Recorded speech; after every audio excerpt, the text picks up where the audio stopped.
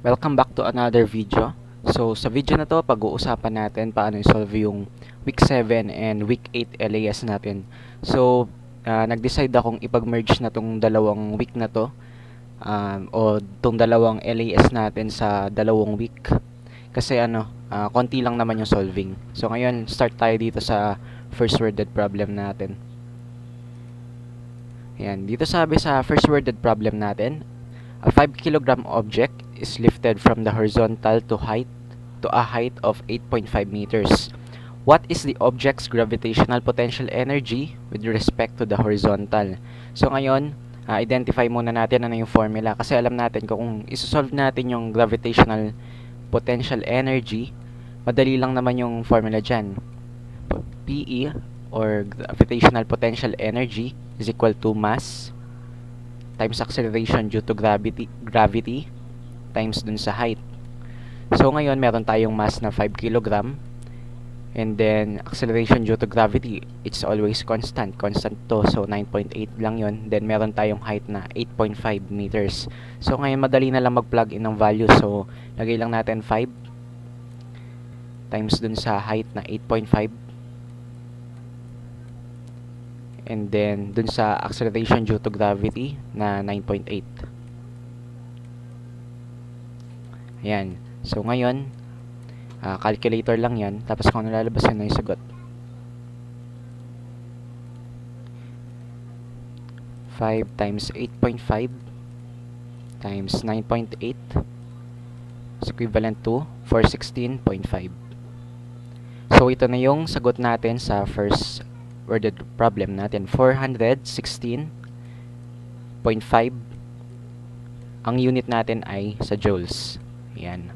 So, ito na yung sagot natin sa first worded problem. Oops, kamali ako. Ayan. So, proceed na tayo dun sa second worded problem natin. Number 2. A small metal ball, 2.5 kg, hangs at the end of a 3-meter cord. The metal ball is pulled until the rope makes an angle of 45 degrees with the vertical.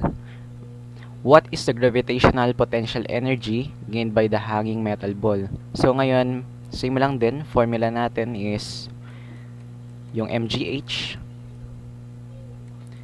Pero ngayon, merong nadagdag sa given natin. Meron tayong 45 degree na angle. So ngayon, madali lang din naman to.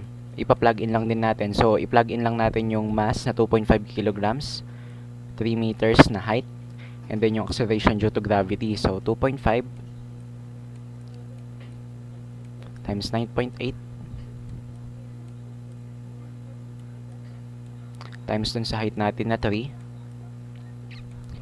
And then ngayon, since meron tayong angle na 45 degrees, ang gagawin lang natin ay ita-time siya sa sine of 45 o yung sine ng angle. Ayan. So, kapag may angle tayo, dadagdag lang sa formula natin yung times natin siya sa sine theta. Ayan, kaya meron tayong sine of 45 dito. Pa-plug in lang natin. Ngayon, diretso ulit tayo sa calculator. So ngayon, laging i-make sure na naka-degree mode kung ginagamit nyo rin yung ganitong calculator or sa cycle. Ayan, so 2.5 times 9.8 times 3 times sine ng angle which is 45. So ngayon, tingnan lang. So 51.97 joules yung sagot natin. So ngayon, sulat lang natin dito. 51.97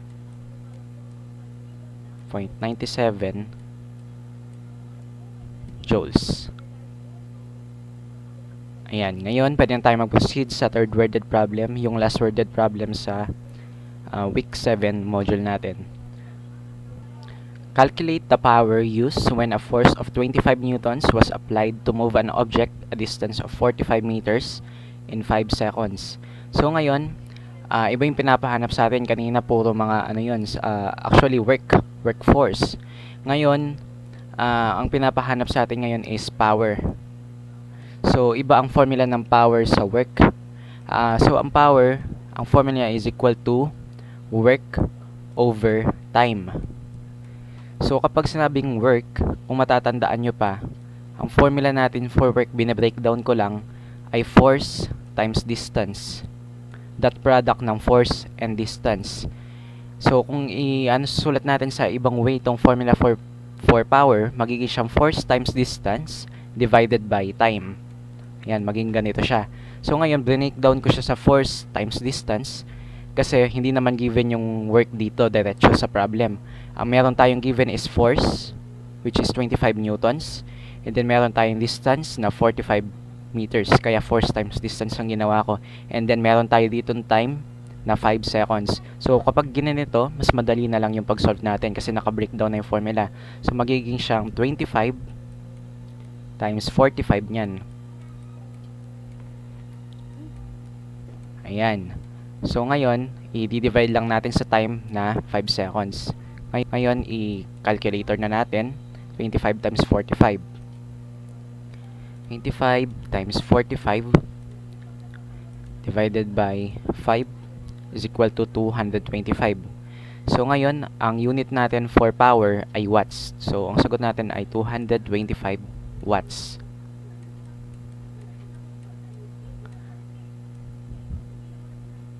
Ayan, ngayon tapos na tayo sa week 7. Proceed na tayo sa week 8 solving natin. First worded problem natin sa week 8. Ito siya, basahin na natin. A moving vehicle has a velocity of 25 meters per second and has a mass of 1,000 kg. What is the momentum of the vehicle? What force is needed to stop the vehicle in 3 seconds? So, dalawa yung tanong. So, first, tinatanong is yung momentum. So, ano bang formula ng momentum? Ang formula for momentum ay mv or mass times dun sa velocity. So, meron tayong given na mass. Meron tayong given na mass na 1,000 kg. And then, meron din tayong given na velocity na 25 meters per second. So, madali ang pag-solve ng momentum. So, ngayon, solve na natin. So, mass, 1,000. And velocity of 25 meters per second. So, times 25. So, 1,000 times 25, 25,000. Yan, ito ang natin for momentum. So, anong yung unit niya? Na lang siguro, diretso na lang natin na kilogram times meters per second. Ayan. Unit natin for momentum. Dito 8 as 0 to. Sorry sa pagsulat. Ayan, 25,000 kilogram times meters per second. Yan yung momentum natin. Ngayon, dun sa pangalawang part ng question, ang tinatanong niya is, what force is needed? So, ito tinatanong niya, what force is needed to stop the vehicle in 3 seconds? So, ngayon, kailangan nating alalahanin yung formula ng force. So, kapag ang force, siguro, tanggalin ko na muna to. Ialis ko na yung sa momentum para may space tayo. So, ngayon, ang pangalawang question o yung tinatanong sa atin is yung force na kailangan para mapigilan yung vehicle within 3 seconds. So, ang formula natin for force ay mass times acceleration. So, ngayon, meron tayong given na mass, 1,000 kilograms. Ngayon, problema natin, wala tayong acceleration. Pero ngayon, pwede nating i-break down ang acceleration. So, ngayon, pag sinabi nating acceleration, kung matatandaan natin, ang acceleration ay equivalent sa velocity times time. Yan, tatandaan natin yan, velocity times time ang formula for acceleration. So ngayon, pwede natin kunin yung acceleration based dun sa given nating velocity na 25 meters per second and na time na 3 seconds. So magiging yung pagkuha sa acceleration, magiging siyang 25 over 3. Kung ano yung lalabas dyan, ayun na yung ating acceleration. So ngayon, calculator natin.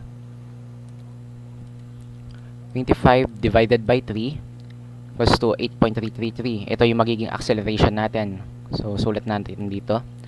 So, ang A natin yan, 8.33. And approximate na lang natin na 8.33 meters per squared second. So, ngayon, meron naman na tayong force na 1,000. Pwede na natin i-diretsyong i-times to. So, ngayon, force is equal to mass times acceleration, diretsong times na lang. So, magiging siyang 1,000 which is yung mass, times dun sa 8.33.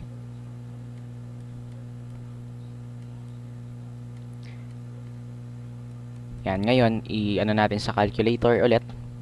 Times lang natin sa 1,000. So, yan, 8,333.333. Yan yung magiging ating force na kailangan para mapigilan yung vehicle sa pag-andar within 3 seconds.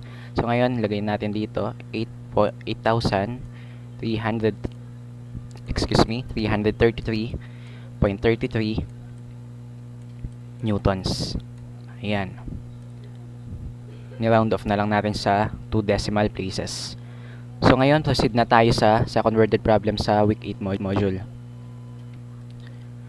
A car of mass 725 kilograms travels at the rate of 75 kilometers per hour sa east. So ngayon tinatanong, what is the momentum of the vehicle?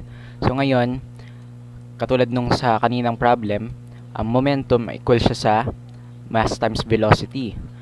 So meron naman tayong given na mass which is 725 kilograms. Meron din naman tayong given na velocity na 75 kilometers per hour. Ang problem dito, kapag velocity ang ginagamit natin, ang unit niyan is meters per second. So ngayon, first step na kailangan natin gawin is to convert itong 75 km per hour into meters per second. So ngayon, simple lang naman, para madali pwede tayo mag-search ng conversion ng kilometer per hour to meters per second. So ngayon, ilalagay lang natin dyan 75. And then, hintayin lang natin na lumitaw yung value niya sa meters per second. Ayan, lumitaw na. So ngayon, ang value niya sa meters per second ay approximately 20.8333. So ngayon, ito na lang yung gagamitin natin sa velocity. So ngayon, lagay lang natin dito. Ang magiging velocity natin yan, 20.833 meters per second. So ngayon, pwede na tayo mag-substitute 725 yung mass times dun sa 20.833 na velocity.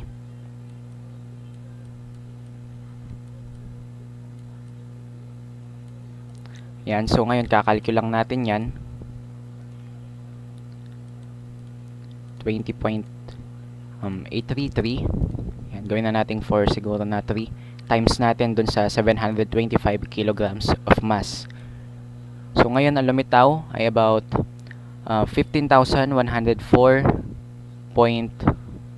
siguro to. Hanggang 0.14 na lang gana natin. So ngayon ito yung sagot natin sa momentum natin. Nga pala hindi ko rin ka-copy paste. 15,104.14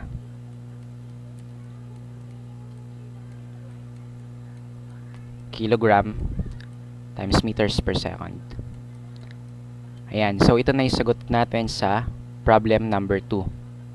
Ngayon, proceed na tayo sa third worded problem.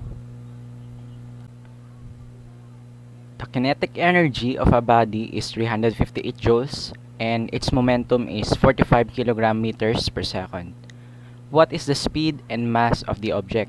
So, makikita nyo dito na given yung momentum niya, ay kinetic energy pala, sorry, which is 358 joules.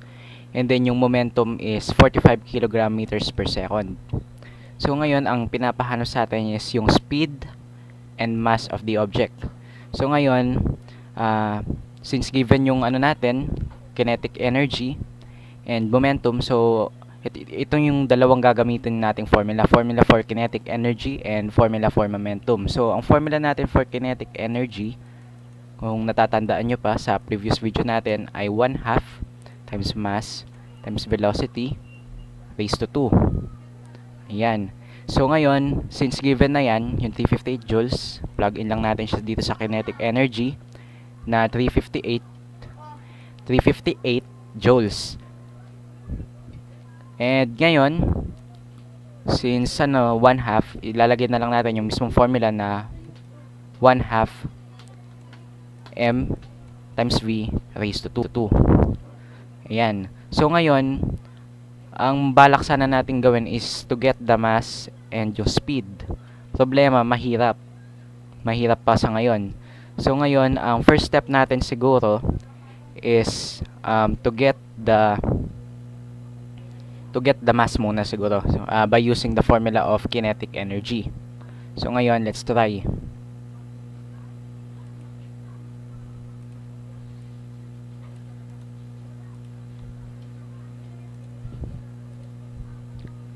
So ngayon, paano ba natin kukunin? So magde-derive tayo para makuha natin yung formula for mass. So ngayon, since para maalis natin yung ano dito, yung velocity raised to 2, magde-divide tayo dito sa baba. So yan, matatanggal na. So 1/2 m na lang matitira dyan. And then dito, since nag-divide tayo dito sa baba, maglalagay din tayo dito. Ayan. So ngayon, ang magiging derivation natin for mass is 1/2 m is equal to 358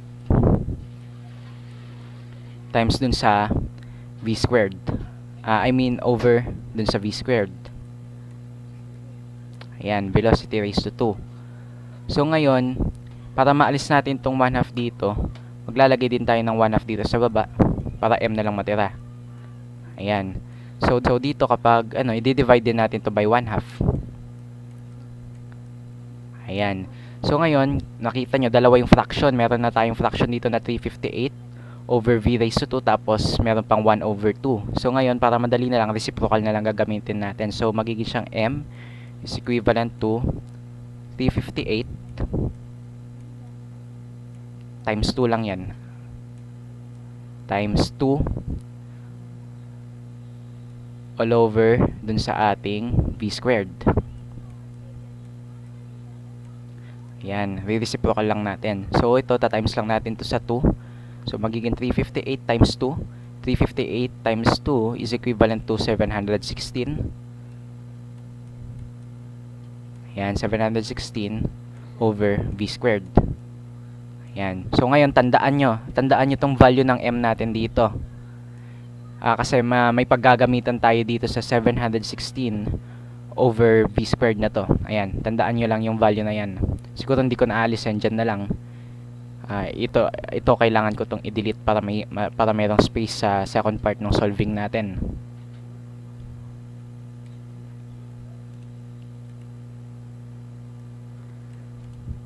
Yan, basta ito yung value ng m. So ngayon, bakit importante yung m na yon? Kasi ang next natin na given ay 45 kg times meters per second. Ito yung momentum. Formula natin for momentum ay P is equal to mass times velocity. So ngayon, meron tayo ditong given na 45 para sa ating momentum. So ngayon, ang hinahanap natin actually is yung mass and velocity, or yung mass at speed. Velocity and speed almost the same lang. Ang pinagkaibahan lang is vector quantity ang velocity, or may kasamang direction. Pero kung magnitude pag-uusapan, same na same sila. So ngayon, 45. Ngayon, para makuha natin yung value ng velocity, ipa-plug in natin to, yung nakuha nating value for m. So gagamitin natin, instead of m, papalitan natin siya ng 716 over v raised to 2. So yung m, papalitan natin ng 716 over v raised to 2. Ayan yung m dito, and yung m dito. Ayan, kaya pinalitan lang natin. Kaya importanteng kinuha muna natin to sa first part. So ngayon, 716 over v raised to 2 times natin sa v. Yan lang matitira.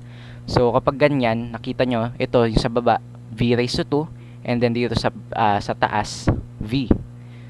Kasi kung fraction yan, v over 1. So kung titingnan nyo, magka-cancel na yan. Ito, 2, saka v dito. So imbis na v raised to 2, magiging v na lang to. So magiging 716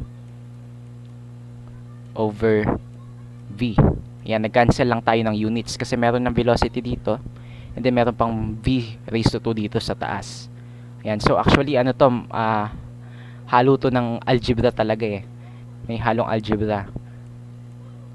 And then itong 45, bring down lang natin. So magiging siyang 45 is equal to 716 over V. So ngayon, paano natin makukuha yung V lang, yung value lang ng V dito sa baba? Magko-cross multiply tayo. So lagyan lang natin ito ng denominator na 1. 45 over 1 is equal to 716 over V. Cross multiply. 45 times V is equal to 45V. 45V. And then 716 times 1 magiging siyang 716. Yan, same lang, 716. So ngayon, to get yung V lang, kailangan nating divide both sides by 45. So yan. Kakancel na to. And then dito, 45. So ngayon, calculator lang.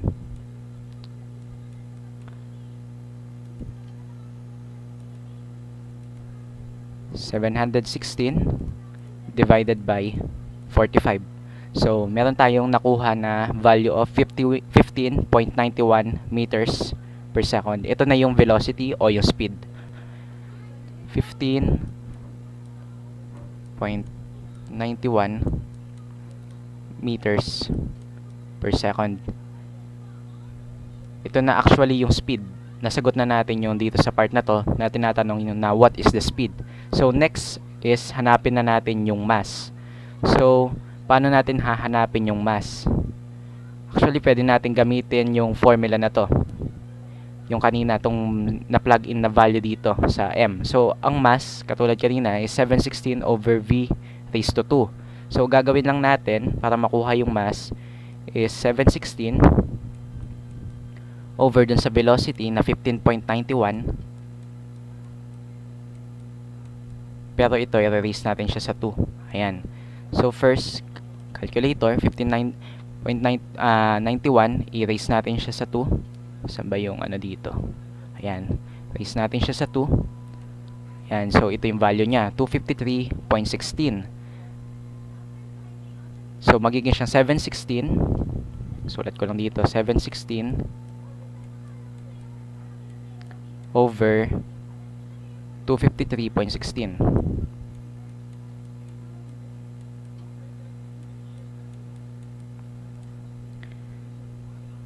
So, ngayon, calculator ulit. 716 divide natin dun sa answer, which is 253.16. Ang nakuha natin ay about 2.83. So, yun yung mass niya. 2.83 kilograms.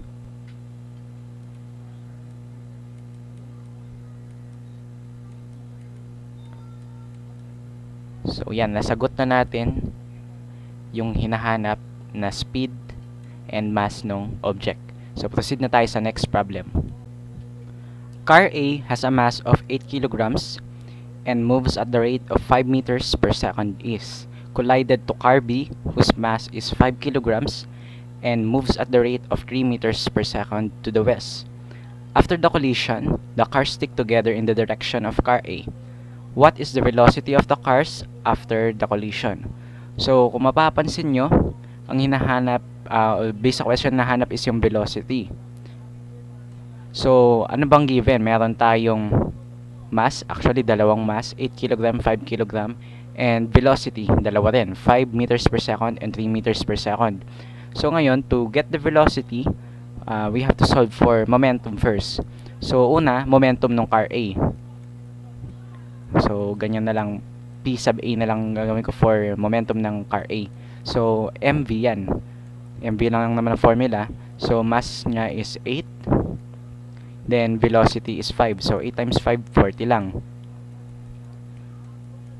So, sa P, dito na lang din. So, P sub B, o yung momentum ng car B, so, magiging lang siyang 5 times 3. So, magiging siyang 15. Ayan. So, ito na yung momentum. 40 and 15. So, ang gagawin lang natin dito is to subtract. Bakit natin siya subtract? Kasi magkasalungat sila ng direction. Isa papunta sa east, isa papunta sa west. So, magiging siyang 40 minus 15 yan. So, alalahanin pala natin na ang unit nito ay kilogram. Since momentum ay kilogram times meters per second. Ayan, same din dito. Kilogram times meters per second. Ayan. So 40 minus 15, so magiging final momentum, gawin kong A minus B, A sub A minus B, para sure, ay para makita lang na ano, na pinag-subtract natin yung dalawa. So 40 minus 15, 25. Sulat natin yung unit ng momentum na kilogram times meters per second. Ayan. So ngayon, based sa momentum, paano natin kukunin yung velocity? So ngayon, since nakuha na natin yung momentum, yung total momentum na 25 kilograms times meters per second, pag-add lang natin yung mass nung dalawa. So mass nung car A ay 8, and then mass nung car B is 15. So 8 plus 5, ay 5 lang to, 15 tuloy, kung ano-ano na nasasabi ko. So 8 plus 5, bali magiging siyang 13 kilograms. So 13 kilograms, i-divide lang natin sa total mass yung final momentum. So kung napapansin nyo, meron tayong kilograms dito. Dalawa, isa sa taas, isa sa baba. So magka-cancel na to. Matitira ms. So kung napansin nyo, yun na yung formula natin actually dun sa pagkuha natin sa velocity, kasi ms na lang, ito yung unit mismo ng velocity. So velocity, sulat na lang natin dito, magiging siyang 25 divided by 13. So ngayon, calculator lang natin, 25 divided by 13, 1.92. So yun na yun, 1.92 meters per second. So makikita nyo dito na mahalaga yung units, kasi kung makikita nyo, kapag master mo na yung paggamit sa units, yung paglalagay sa mga units, madali mo na makikita kung ano yung pwede mong i-cancel, ano yung mga operation na kailangan mong gamitin para makuha yung hinahanap natin, and dito sa problem na to, hinahanap yung velocity. So for the last worded problem, I decided na separate video na lang siya since medyo mahaba-haba rin yun. So ito na pinauna ko na yung mga solving natin sa week 7 hanggang week 8. So I hope sana mahintayin nyo yung para sa last worded problem since medyo matrabaho yung process nito. So see you sa next video, and I hope na maabangan nyo, and I hope na nakatulong tong video na to. Thank you guys, and see you in our next vid.